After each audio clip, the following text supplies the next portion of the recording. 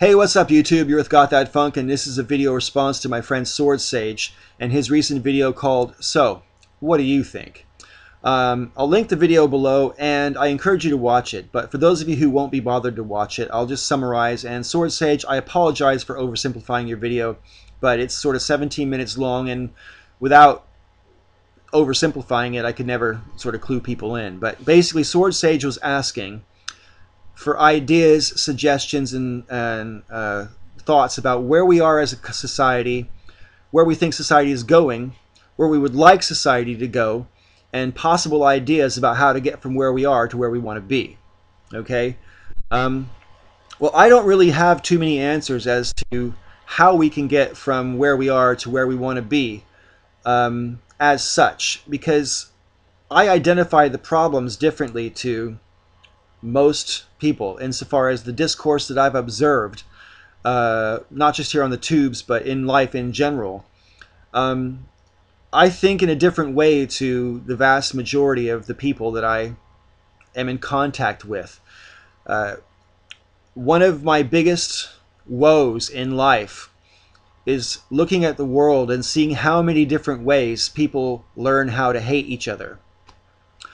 I personally think that human diversity is a good thing. I have to think like that since every single one of us is different to every single other one of us. So to me, it doesn't even seem to be a choice for me. I don't want to think of the differences between people as being bad. I think that since we are all different and there's no choice in the matter, we should look at it, we should look at the positive aspects of that. But human beings far too often tend to fit themselves into groups and then think in terms of us versus them, whether it's men versus women, or one nationality versus another nationality, or rich versus poor, one ethnicity versus another ethnicity, that kind of thing. All that kind of us versus them thinking needs to be put in the toilet and flushed for good.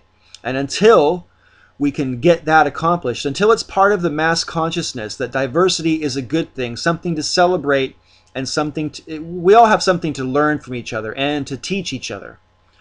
And until people can embrace that kind of thinking, I'm sorry, I really believe we're fucked. Unfortunately, that kind of thinking isn't in the popular sort of consciousness right now, and it needs to be if we're ever going to make any progress. Because as long as people can be divided, they can be conquered. That's one of the oldest rules in military strategy: divide and conquer. And it's not just a military strategy, it is a strategy about how to control people. It happens in every aspect of life. And until we can get over this, until we can overcome the natural human inclination to be suspicious of that which is different, and instead embrace the differences between people and between ideologies and between cultures, we are fucked. So let's just assume, for the sake of my argument, that somehow people start coming to think in a similar way to me, that differences are a good thing, that diversity is a good thing, that we've all got something to teach each other and learn from each other.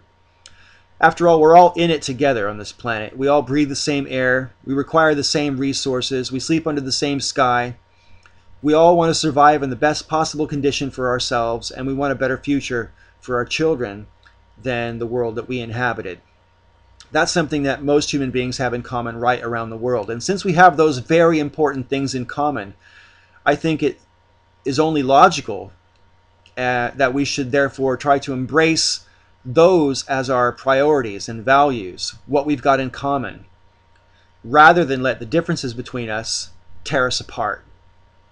Because it's very easy for the powers that be to play on human fears, and fear of the other, fear of the unknown, is natural, not just in human beings, but in animals in general. Animals tend to fear things they don't understand. And we are no different. So, in my opinion, this is the most important thing to overcome. I think I've belabored that point a bit much, and I apologize. Secondly, I personally vaunt individual rights to a very high degree. I think that every man and every woman should be the sovereign of his or her own body. And I believe that human rights naturally flow from the premise that I'm in charge of myself and you're in charge of yourself. So what you do, what you think, who you associate with, where you go, what you believe, all of those things are an innate part of your own personal freedom. How you choose to live your life should be as free as possible, so far as you don't, with your actions, impede on someone else and their freedom. As far as the way society is structured, currently, the Western world operates under some kind of a capitalist system. And I don't necessarily have a problem with capitalism with a small c. Capitalism with a big C, though, I have a little bit of an issue with, because I don't think that capitalism as an overall, unbridled capitalism is not sustainable. And sustainability should be at the absolute core of how a society is structured.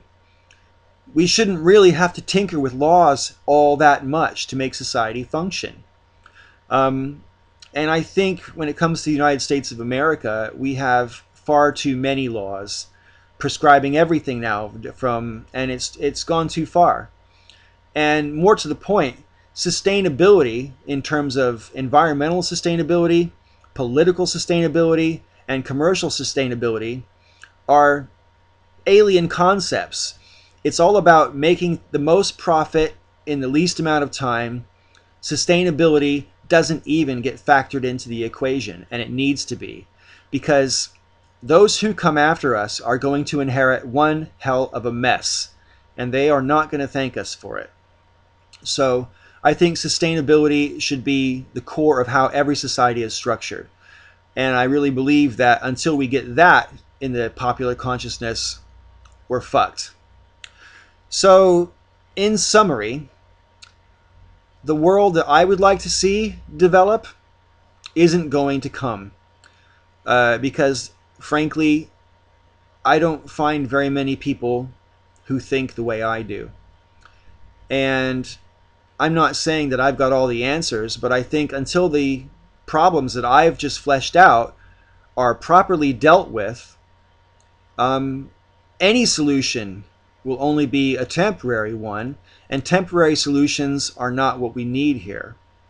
I find as I get older, I am more and more sympathetic to my friends who believe that maybe we'd be better off without any overall governing structure. My friends are I've got quite a few anarchist friends here on YouTube, and I am finding that type of philosophy more and more appealing. However, I really can't imagine how you could disassemble current government structures without total chaos. So, whilst philosophically I can see the point of some of my anarchist friends, the road from where we are to where they might like us to be is completely foggy to me, and I don't really understand how we can get there. I don't understand how we can get to where I would like the world to be either. Because as much as it sounds like a platitude, it really does come down to how we raise our children. And if we raise our children to understand that everyone's different and to celebrate those differences rather than fear them, and we need to raise our children to understand that a unsustainable society is doomed, until we can get those kinds of philosophies in popular consciousness, we're fucked. So, in short, I think we're fucked, and I don't really know what to do about it. All I can say is that it is encouraging with all the Occupy movements going on across the country and around the world.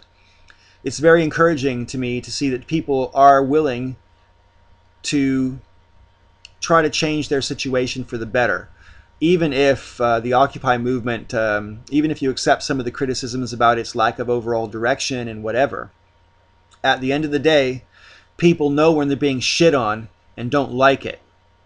And from my point of view, peaceful protest, even where I disagree with the politics behind them, as in the Tea Party demonstrations, any peaceful protest, I tend to support the right of the protesters, even if I disagree with their aims. The more involved we get with how things work, the better.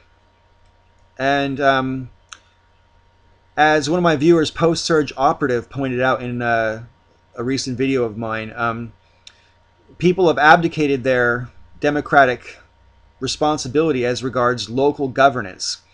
And I think that's where the solution needs to come from. We can actually work within the system to some degree, but it doesn't really work. You can't work within the system if you're starting at the national level. If you're starting with who you elect as president and who you elect as your congressman, you're starting too far up. You need to worry about the people who represent you locally. Get involved with local politics. Find out who's doing what and why. Hell, run for office if you think you've got a chance. If you think that would be the better way for you to, to affect changes, then do so. But whatever the case might be, unless people are involved in their democracy will fail them. That's all I've got. I'm sorry this was really incoherent, and I apologize for that. I've got loads of different thoughts about this that are competing to get out of my head. But I think I'm going to end it here before I completely lose the plot. So thank you all for watching this video, and Sword Sage, peace, man. Keep it up. I love your videos. They're always really thoughtful, and I appreciate being invited in on this conversation. Till next time, may all your ups and downs be ups.